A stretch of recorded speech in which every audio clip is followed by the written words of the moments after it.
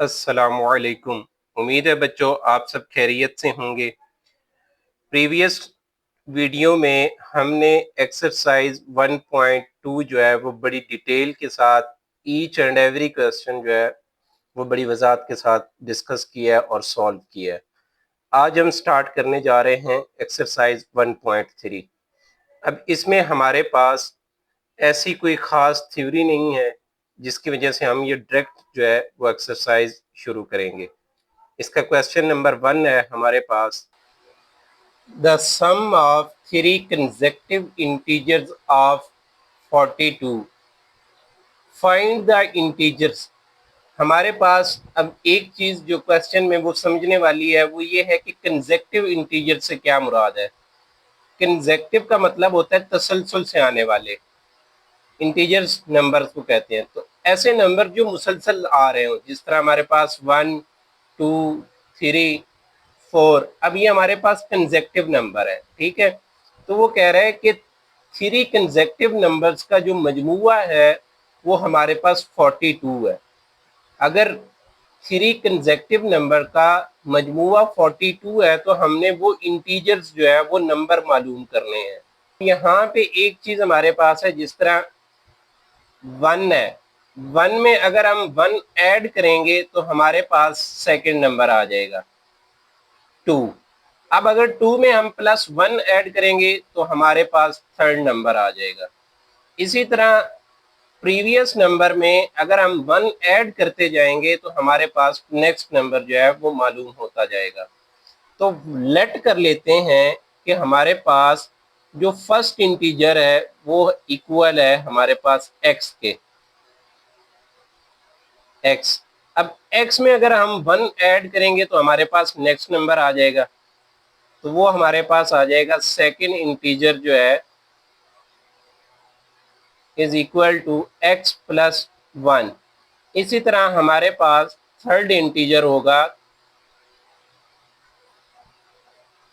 x plus 1 plus 1, तो ये हमारे पास हो जाएगा x प्लस 2। अब हमें कंडीशन ये दी हुई है क्वेश्चन में कि इन तीनों नंबर्स का जो मजमुआ है वो 42 है, तो हम यहाँ पे लिख देंगे अकॉर्डिंग टू कंडीशन।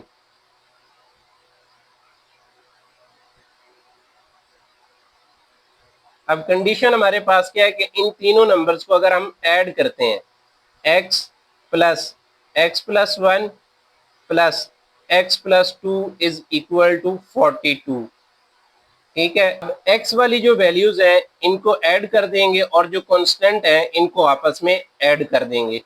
तो एक x हमारे पास ये है, दूसरा ये और तीसरा ये, तो ये हमारे पास आ जाएगा 3x। और कांस्टेंट में हमारे पास है 1 और 2, इन दोनों को ऐड करेंगे तो ये हमारे पास आ जाएगा +3। और इक्वेशन की दूसरी साइड पे हमारे पास आ जाएगा 42। अब चूंकि वैल्यू हमने x की फाइंड करनी है तो ये 3 जो है प्लस का है, इधर आके माइनस का हो जाएगा 42 माइनस 3।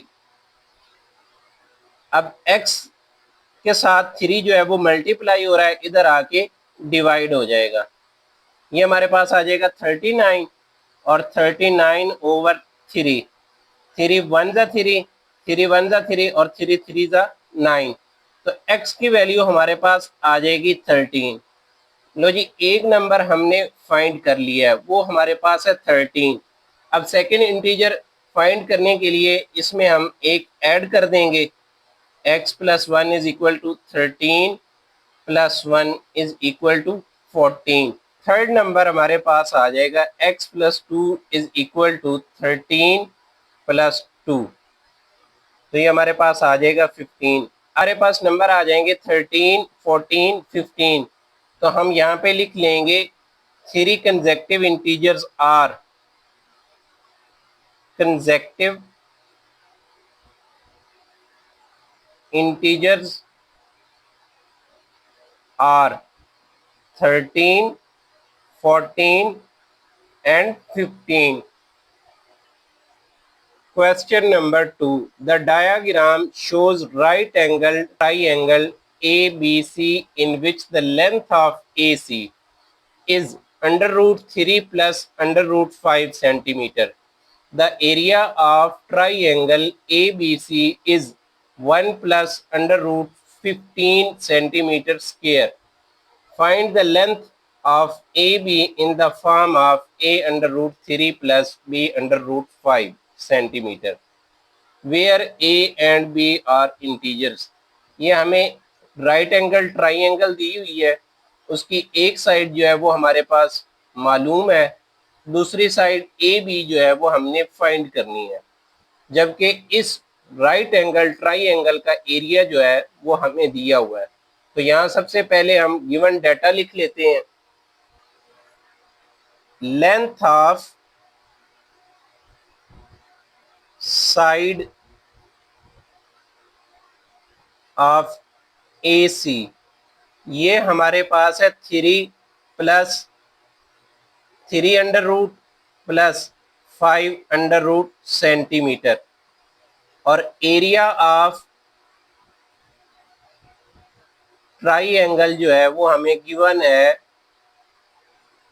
1 प्लस √15 सेंटीमीटर स्क्वायर, जबकि हमने फाइंड क्या करना है, length of A B.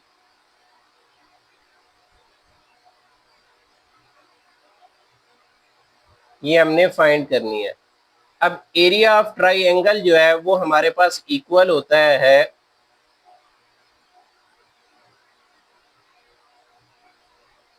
Half multiply by base multiply by height.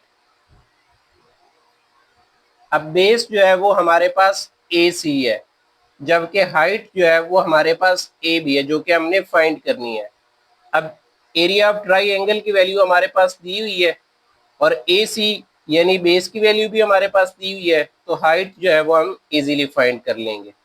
तो एरिया ऑफ ट्राइंगल की वैल्यू हम यहाँ पे लगा देंगे 1 plus √5 centimetre square equal to 1/2। Base हमारे पास कितनी है, √3 plus √5 multiply by height. Height हमारे पास ए बी है। अब ये हमारे पास 2 जो है इधर डिवाइड हो रहा है, इधर आके मल्टीप्लाई हो जाएगा।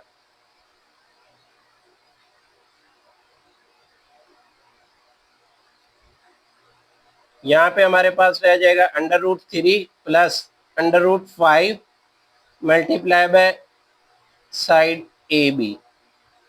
अब ये चीज मल्टीप्लाई हो रही है, इधर आके डिवाइड हो जाएगी।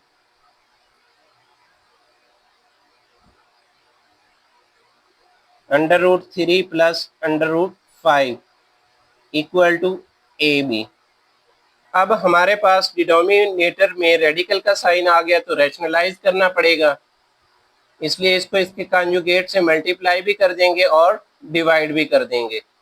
तो ये हमारे पास आ जाएगा √3 plus √5 multiply by √3 minus √5 over √3 minus √5। अब इस वैल्यू को इसके साथ मल्टीप्लाई कर देंगे, तो ये हमारे पास आ जाएगा 2 into 1 plus √5 multiply by √3 minus √5, और ये हमारे पास फार्मूला बन जाएगा a plus b into a minus b equal to a square minus b square. तो ये हमारे पास आ जाएगा √3 का स्क्वायर माइनस √5 का स्क्वायर। अब इन दोनों को आपस में मल्टीप्लाई करेंगे,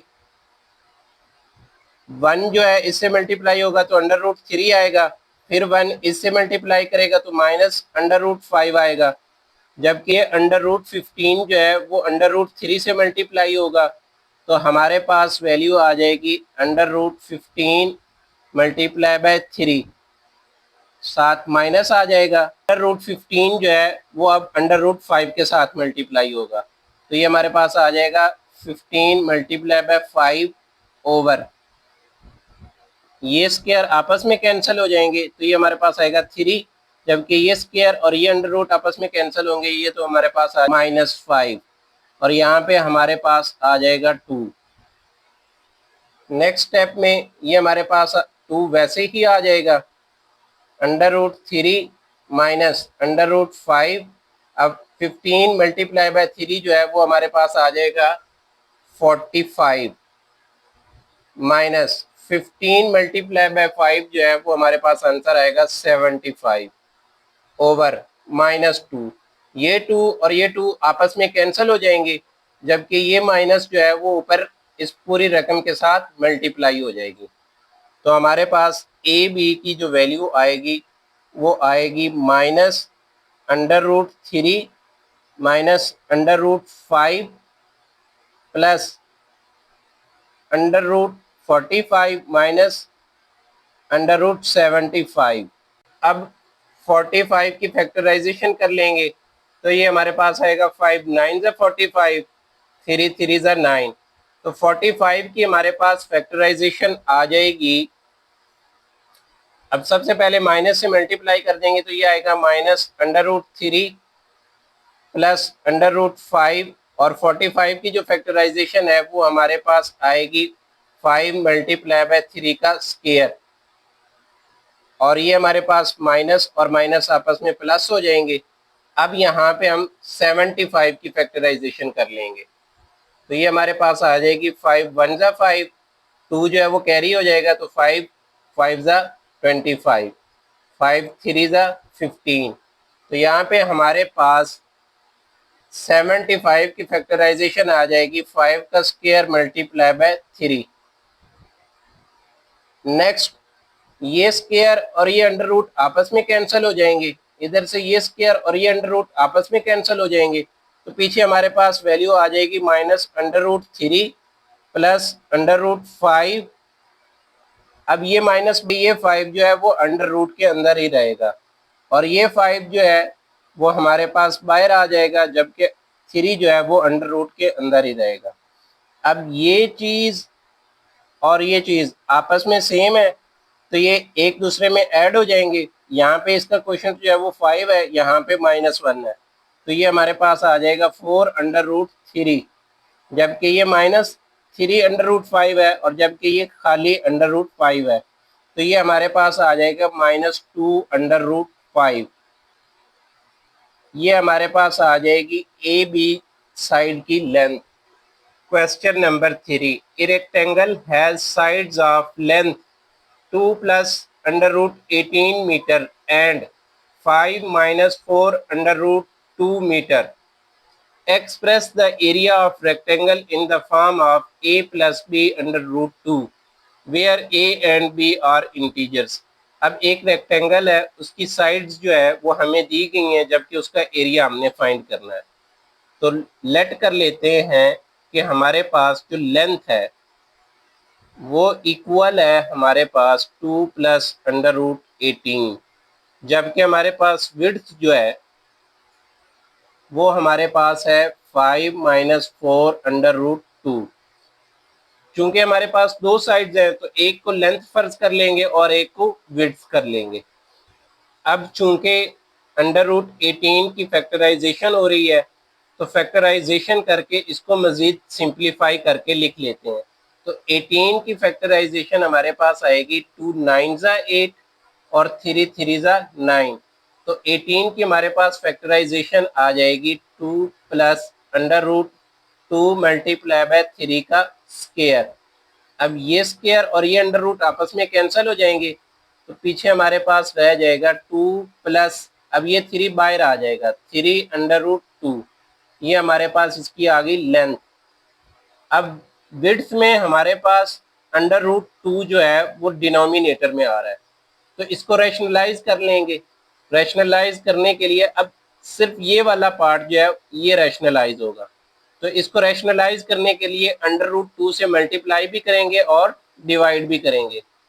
तो ये हमारे पास आ जाएगा 4 √2 मल्टीप्लाई बाय √2 ओवर √2। अब ये 4 जो है वो √2 के साथ मल्टीप्लाई होगा तो हमारे पास आ जाएगा 5 - 4√2 ओवर, अब ये √2 और ये √2 आपस में मल्टीप्लाई होंगे तो ये हमारे पास आ जाएगा √2 का स्क्वायर। ये स्क्वायर और ये अंडर रूट हमारे पास कैंसिल हो जाएंगे, तो पीछे हमारे पास इसकी विड्थ आएगी 5 माइनस 4 अंडर रूट 2/2, 7 मीटर आ जाएगा। अब चूंकि एरिया फाइंड करना है और एरिया ऑफ रेक्टेंगल का हमारे पास फार्मूला होता है लेंथ ज़रब width. Area of rectangle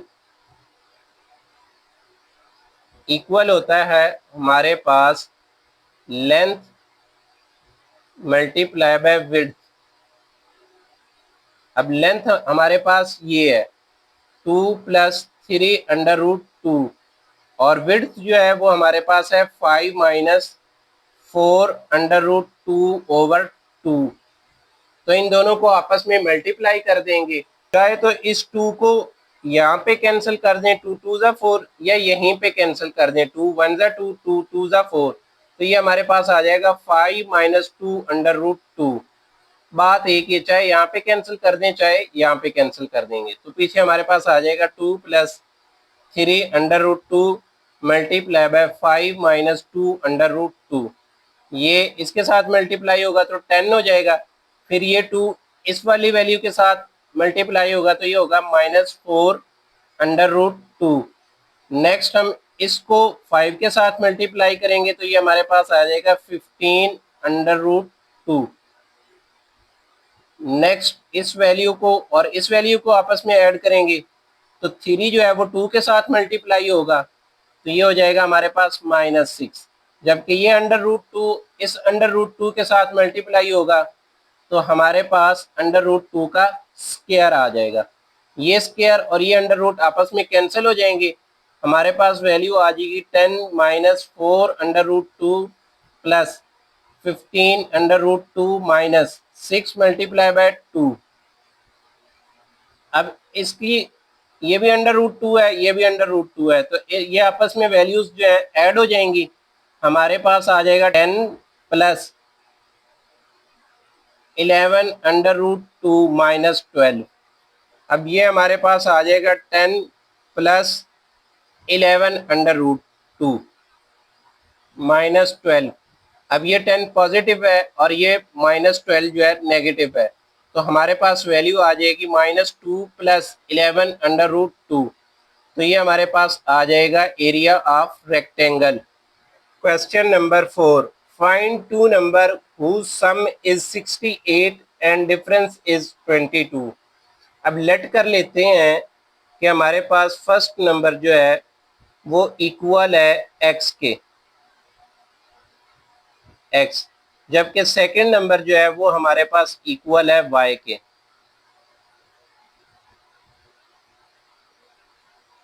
Y के अब अकॉर्डिंग टू कंडीशन,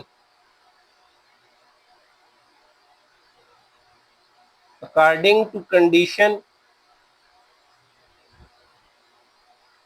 इन दोनों का जो सम है वो हमारे पास आ जाएगा 68। X plus y is equal to 8। ये हमारे पास फर्स्ट कंडीशन दी हुई है तो इसको इक्वेशन 1 का नाम दे देंगे। नेक्स्ट हमारे पास सेकंड कंडीशन क्या है कि इनका जो डिफरेंस है वो हमारे पास है 22, तो यहाँ पे लिख लेंगे x minus y is equal to 22। अब ये हमारे पास आ जाएगी इक्वेशन 2। अब इन दोनों इक्वेशंस को हम ऐड कर देंगे, यहाँ पे लिख देंगे adding equation 1 and 2। x plus y is equal to 68, x minus y is equal to 28। ये y आपस में कैंसिल हो जाएंगे, अपोजिट साइंस है।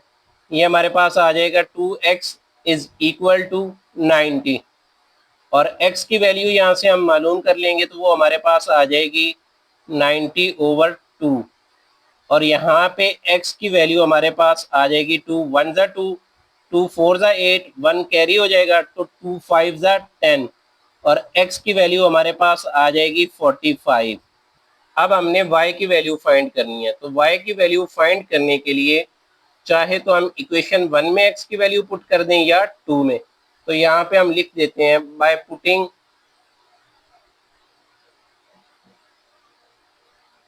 the value of x in equation 1, x plus y is equal to 68। x की value put करेंगे तो वो हमारे पास आएगी 45 plus y is equal to 68। अब 45 जो है वो इक्वेशन दूसरी तरफ जाएगा तो नेगेटिव हो जाएगा, हमारे पास आ जाएगा 68 माइनस 45 और y की हमारे पास वैल्यू आ जाएगी 23। अब इन दोनों को अगर सम करेंगे तो हमारे पास आंसर जो है वो 68 आता है, जबकि इन दोनों को माइनस करें तो हमारे पास वैल्यू जो है वो 22 आती है। Question number 5. The weather in Lahore was unusually warm during the summer of 2024. The TV news reported temperature as high as 48 degrees Celsius. By using the formula, find the temperature as Fahrenheit scale. अब 2024 की report के मुताबिक लाहौर का जो temperature था वो 48 degree Celsius था। अब इसको हमने फ़ारेनहाइट स्केल में करना है बाय यूजिंग दिस फार्मूला। तो यहाँ पे हम लिख लेंगे टेम्परेचर हमें दिया हुआ है 48 और फाइंड हमने क्या करना है, इसको फ़ारेनहाइट में करना है। तो हमारे पास फार्मूला है Fahrenheit is equal to 9/5 degree Celsius plus 32। अब यहाँ पे डिग्री सेल्सियस की वैल्यू पुट कर देंगे, वो हमारे पास है 48। 9/5 मल्टीप्लाई बाय 48 प्लस 32। अब 9 को 48 से मल्टीप्लाई करेंगे तो हमारे पास आंसर आ जाएगा 432। 432/5 प्लस 32। अब 432 को 5 पे डिवाइड भी करवा देंगे तो हमारे पास वैल्यू आ जाएगी 86.4। 86.4 प्लस 32। अब इसमें 32 जो है वो ऐड कर देंगे तो हमारे पास वैल्यू आ जाएगी 118.4। 118.4। ये अब टेम्परेचर जो है वो हमारे पास फ़ारेनहाइट में आ चुका है। Question number 6. The sum of ages of the father and son is 72 years. 6 years ago, the father's age was 2 times the age of son. What was son age 6 years ago? अब वो कह रहा है कि फादर और सन की as का मजबूआ जो है वो हमारे पास है 72। 6 years ago फादर की एज जो थी वो 2 टाइम्स ज़्यादा थी सन की एज से। तो हमने सन की जो है एज फाइंड करनी है 6 years ago। तो लेट कर लेंगे यहाँ पे हम, लेट एज ऑफ फादर वो हमारे पास है x के इक्वल और एज ऑफ सन जो है वो हमारे पास इक्वल है y के। अब अकॉर्डिंग टू कंडीशन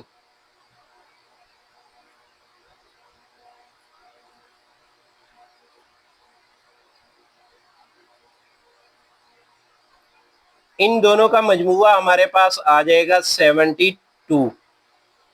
अब 6 years अगो वो कह रहा है 6 years ago, 6 years ago age of father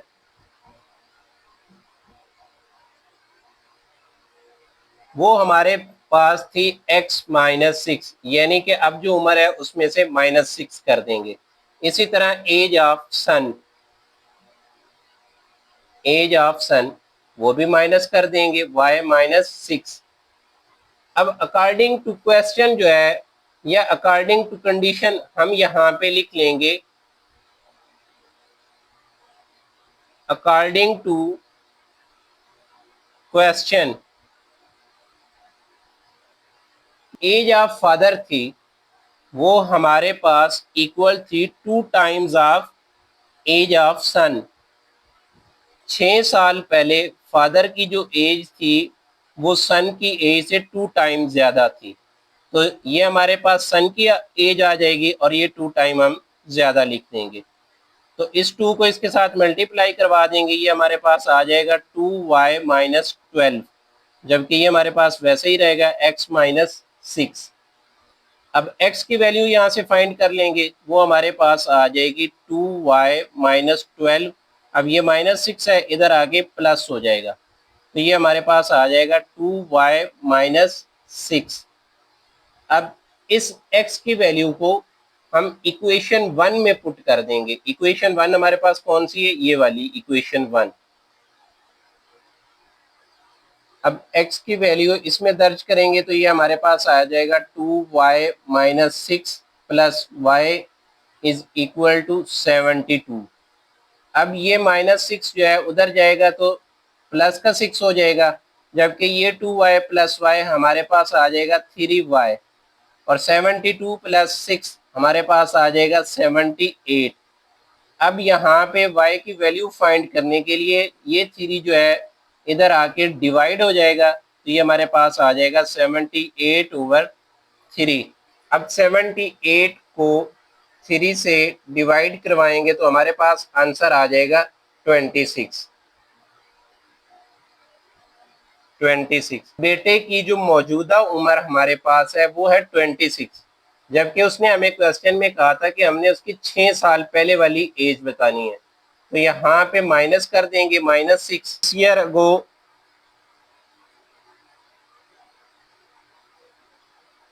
y minus 6। अब y हमारे पास कितना है 26 माइनस 6, तो यहाँ पे सन की एज 6 साल पहले जो थी वो कितनी थी 20 ईयर।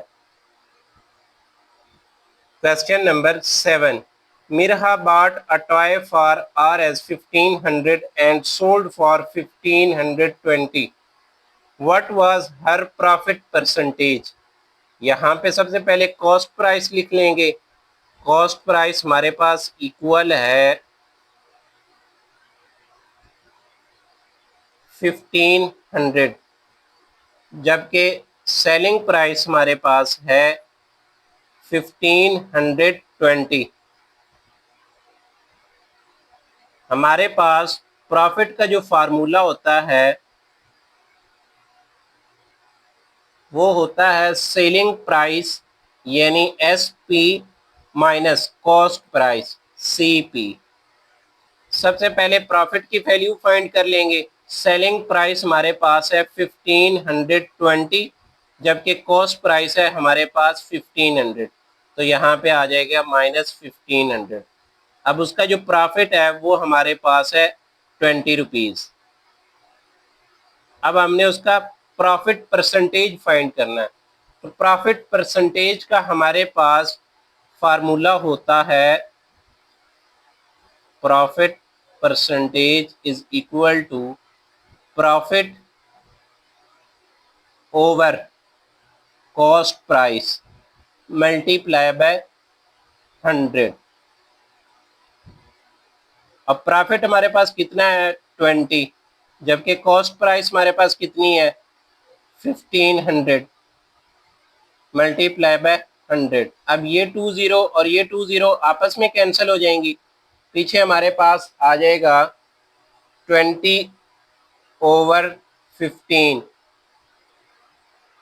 अब यहाँ पे 20/15 ये हमारे पास वैल्यू आ जाएगी 1.33। हमारे पास जो परसेंटेज आ जाएगी वो आएगी 1.33% उसको प्रॉफिट हुआ है। Question number 8, the annual income of Tayyab is 9,60,000 while the exempted amount is 1,30,000. How much tax would he have to pay at the rate of 0.75%? अब तैयब की हमारे पास एनुअल इनकम है 9,60,000, जबकि एग्जेम्प्टेड अमाउंट है हमारे पास 1,30,000। एग्जेम्प्टेड अमाउंट हमारे पास वो अमाउंट होती है जिस पे टैक्स की छूट होती है।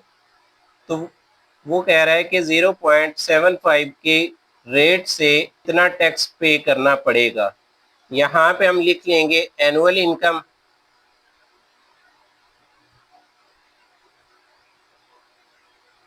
वो हमारे पास है 9,60,000, जबकि एग्जेम्प्टेड अमाउंट है हमारे पास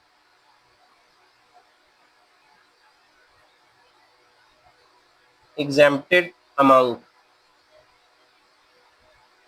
वो हमारे पास है 1,30,000। अब रिमेनिंग अमाउंट हमारे पास आ जाएगी, रिमेनिंग अमाउंट फाइंड कर लेंगे, वो हमारे पास आ जाएगी 9,60,000 माइनस 1,30,000, तो वो हमारे पास आ जाएगी 8,30,000। अब ये हमारे पास वो अमाउंट है जिस पे उसको टैक्स देना पड़ेगा, तो यहाँ पे टैक्स अमाउंट फाइंड कर लेंगे।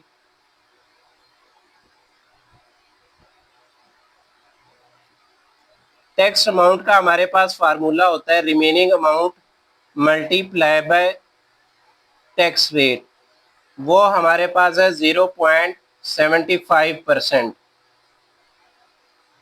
8,30,000 वैसे ही आ जाएगा, जबकि ये परसेंटेज का साइन खत्म करेंगे तो हमारे पास डिवाइड में आ जाएगा 100। अब ये 20 और ये 20 आपस में कैंसिल हो जाएंगी, हमारे पास रह जाएगा 8,300 मल्टीप्लाई बाय 0.75। जब 8,300 को 0.75 से मल्टीप्लाई करेंगे तो हमारे पास आंसर आ जाएगा 6,225।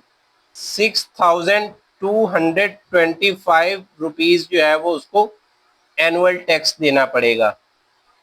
Question number 9, find the compound markup on R S 3,75,000 for 1 year at the rate of 14% compounded annually.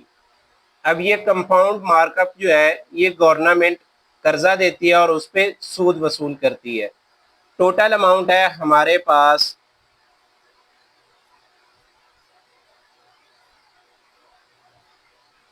3,75,000, जबकि रेट जो है कंपाउंड मार्कअप का वो है हमारे पास 14%।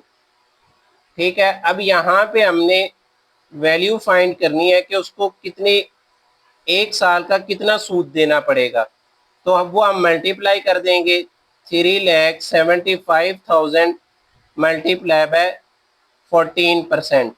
अब ये परसेंट का साइन खत्म करेंगे तो हमारे पास ओवर में 100 आ जाएगा, 14/100। अब ये 20 और ये 20 आपस में कैंसिल हो जाएंगे, रिमेनिंग हमारे पास आ जाएगा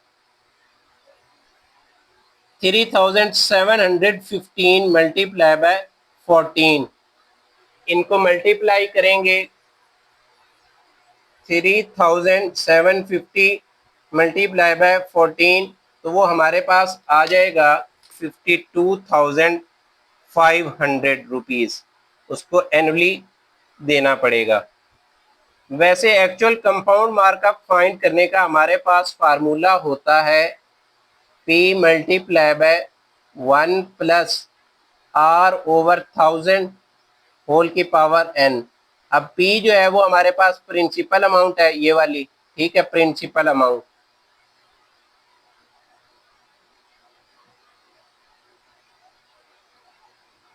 और ये R जो है वो हमारे पास होता है रेट, और ये n हमारे पास होता है टाइम।